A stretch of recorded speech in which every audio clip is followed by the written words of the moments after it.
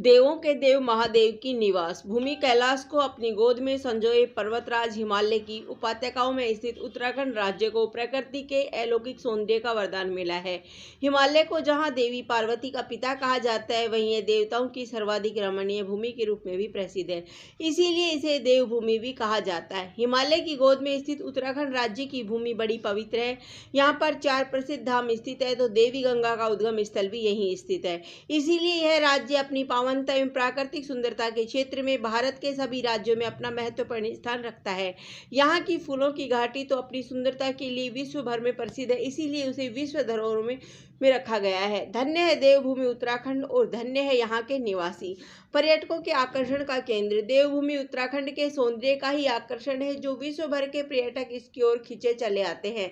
यहाँ की हिमाच्छादित पर्वत श्रृंखला, हरे भरे वनों में रहने वाले दुर्लभ वन्यजीव और तीर्थ स्थलों की पावन श्रृंखला प्रत्येक देश जाति की प्रकृति प्रेमियों को यहाँ तक खींच ला। उत्तराखंड की भौगोलिक स्थिति। उत्तराखंड राज्य की सीमा चीन और नेपाल से लगती है।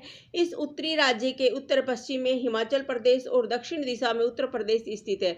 उत्तराखंड का कुल भौगोलिक क्षेत्रफल 28 डिग्री से 43 उत्तरी अक्षांश से 31 डिग्री 27 उत्तरी अक्षांश और 77 डिग्री 34 पूर्वी देशांतर से 81 डिग्री 02 पूर्वी देशांतर रेखाओं के बीच में 53,483 वर्ग किलोमीटर है, जिसमें से 43,035 वर्ग किलोमीटर पर्वतीय है और 7,448 वर्ग किलोमीटर मैदानी। इसका 34,661 वर्ग किलोमीटर भूभाग वनाच्छादित है। राज्य का अधिकांश उत्तरी भाग बृहत्तर हिमालयी श्रृंखला का भाग है, जो ऊंची हिमाच्छादित चोटियों और हिम नदियों से ढका हुआ है। इसकी निम्न तलहटियां सघन वनों से ढकी हुई है, जिनका स्वतंत्रता से पूर्व अंग्रेज लकड़ी व्यापारी और स्वतंत्रता के पश्चात वन अनुबंधकों द्वारा दोहन किया गया। हाल ही के वनीकरण के प्रयासों के परिणाम स्वरूप स्थिति प्रत्यावर्तन में पर्याप्त सफलता मिली है।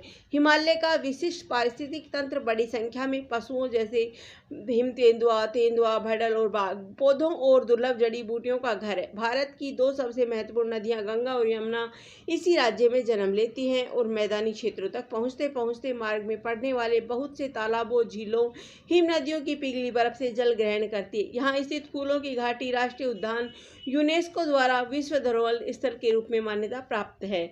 उत्तराखंड हिमालय श्रृंखला के दक्षिणी ढलान पर स्थित है। यहाँ मौसम और वनस्पति में ऊंचाई के साथ साथ बहुत परिवर्तन होता है।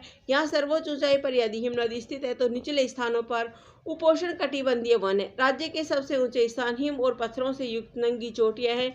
उनसे नीचे 6,000 से 3,000 मीटर तक घास और झाड़ियों से ढके स्थान है। समशीतोष्ण शंकुधारी वन, पश्चिम हिमालयी उप अल्पाइन शंकुधारी वन वृक्ष रेखा से कुछ नीचे उगते हैं। 3,000 से 2,600 मीटर की ऊंचाई पर समशीतोष्ण पश्चिम हिमालयी चौड़ी पत्तियों वाले वन है। नीचे हिमालयी उपोष्ण कटिबंधीय पाइन वन है। गंगा के मैदानों में नम पतझड़ी वन है। सवाना और घास भूमि उत्तर प्रदेश से लगती हुई निचली भूमि को ढके हुए है। इसे स्थानीय क्षेत्रों में भावर के नाम से जाना जाता है। निचली भूमि के अधिकांश भाग को खेती के लिए साफ कर दिया गया है। उत्तराखंड के प्रमुख पर्यटन स्थल। मुख्य राष्ट्रीय उद्यान। भारत के अनेक राष्ट्रीय उद्यान इस राज्य में है, जैसे जिम कॉर्बेट राष्ट्रीय उद्यान भारत का सबसे पुराना राष्ट्रीय उद्यान, रामनगर नैनीताल जिले में फूलों की घाटी राष्ट्रीय उद्यान और नंदा देवी राष्ट्रीय उद्यान चमोली जिले में है। ये दोनों यूनेस्को विश्व धरोहर स्थल के साथ साथ यहाँ के प्रमुख पर्यटन स्थल भी हैं। उत्तराखंड के 4 धाम। भारतीय धर्म ग्रंथों के अनुसार यमुनोत्री, गंगोत्री, केदारनाथ और बद्रीनाथ हिंदुओं के सबसे पवित्र स्थान होने के कारण पर्यटन के प्रमुख केंद्र है। इनको 4 धाम के नाम से भी जाना जाता है। धर्म ग्रंथों में कहा गया है कि जो पुण्यात्मा यहाँ का दर्शन करने में सफल होते हैं, उनका न केवल इस जन्म का पाप धुल जाता है, वरन वे जीवन मरण के बंधन से भी मुक्त हो जाते हैं। इस स्थान के संबंध में यह भी कहा जाता है कि यह वही स्थल है जहाँ पृथ्वी और स्वर्ग एकाकार होते हैं। तीर्थयात्री इस यात्रा के दौरान सबसे पहले यमुनोत्री, यमुना और गंगोत्री गंगा का दर्शन करते हैं और यहाँ से पवित्र जल लेकर श्रद्धालु केदारेश्वर पर जलाभिषेक करते हैं।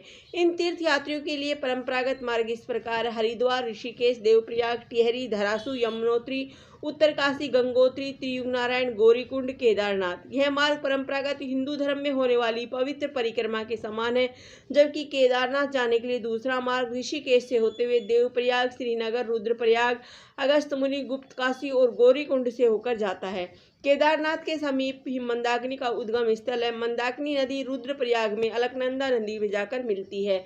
पर्यटकों को दी जाने वाली सुविधाएं। उत्तराखंड सरकार ने पर्यटन को बढ़ावा देने के लिए यहाँ पर्यटकों को दी जाने वाली सुविधाओं पर विशेष ध्यान दिया। इसके लिए सभी पर्यटन स्थलों तक पहुंचने के लिए अच्छी और चौड़ी सड़कों का निर्माण कराया है। अनेक सड़कों को राष्ट्रीय राजमार्ग और राज्य हरिद्वार टिहरी घरासू राजमार्ग का दर्जा प्रदान कर आवागमन को सुचारू बनाया गया है। चारधाम मार्ग पर पर्यटकों के ठहरने और खाने पीने की अच्छी व्यवस्था की गई है। आपात स्थिति से निपटने के लिए यहाँ विशेष व्यवस्था की गई है। अनेक पर्यटन स्थलों को वायु मार्गों से जोड़ा गया है। केदारनाथ में तो इस वर्ष तीर्थ यात्रियों के लिए लेजर शो की व्यवस्था भी की गई है, जिसमें भगवान शिव से संबंधित अनेक कथाओं को मंदिर की दीवारों पर साकार किया जाता है। उत्तराखंड की भाषा। सामान्यतः उत्तराखंड राज्य में 3 मुख्य भाषाएं बोली जाती है, गढ़वाली, कुमाऊनी और भारतीय भाषा लोक सर्वेक्षण के अनुसार उत्तराखंड राज्य में कुल 13 भाषाएं बोली जाती है। उत्तराखंड की भाषाओं को लेकर सबसे पहले सर्वेक्षण करने वाले जॉर्ज ग्रियर्सन ने भी इनमें से अधिकतर भाषाओं की जानकारी दी थी। ग्रियर्सन ने सन 1908 ईस्वी से लेकर सन 1927 ईस्वी तक यह सर्वेक्षण करवाया था। इसके बाद उत्तराखंड की भाषाओं को लेकर कई अध्ययन किए गए। हाल में पंखुड़ी नामक संस्था ने भी इन भाषाओं पर काम किया। यह पूरा काम 13 भाषाओं पर ही केंद्रित रहा। इनमें गढ़वाली, कुमाऊनी, जौनसारी, जौनपुरी, जोहारी, रवाल्टी, बंगाड़ी, मारचा, राजी, जाड़, रंगलऊ, बुक्सानी और थारू शामिल है। इस पर मतभेद हो सकता है कि ये भाषाएं या बोले। यदि विचार किया जाए कि यह बोली का अगर अपना शब्द भंडार है, वह खुद को अलग तरह से व्यक्त करती है, तो उसे भाषा कहने में कोई गुरेज नहीं होना चाहिए। अनेक विद्वानों का मानना है कि उत्तराखंड की भाषाओं की अपनी लिपि नहीं है, तो हम कह सकते हैं कि संसार में सर्वाधिक प्रसिद्ध अंग्रेजी की भी अपनी लिपि नहीं, वह रोमन लिपि में लिखी जाती है, तो यह इस आधार पर उसे भाषा मानने से इनकार किया जा सकता है। मराठी की लिपि देवनागरी और उसे भाषा माना गया, इसलिए उत्तराखंड की भाषाओं को भाषा के रूप में स्वीकार करने में कोई आपत्ति नहीं है। उत्तराखंड की इन भाषाओं में पर्याप्त मात्रा में साहित्य रचना हुई है। इन भाषाओं के प्रचार प्रसार के माध्यम से उत्तराखंड की सभ्यता एवं संस्कृति को और अधिक नजदीक से जाना जा सकता है। उत्तराखंड के लोक संस्कृति भारतीय की जितनी वाहक है, यहाँ की पुण्य भूमि और प्राकृतिक संपदा उससे भी अधिक स्मरणीय और नमनीय है। हमें सभी को मिलकर इन भाषाओं के संरक्षण एवं संवर्धन का भरसक प्रयत्न करना चाहिए। धन्यवाद। जय हिंद।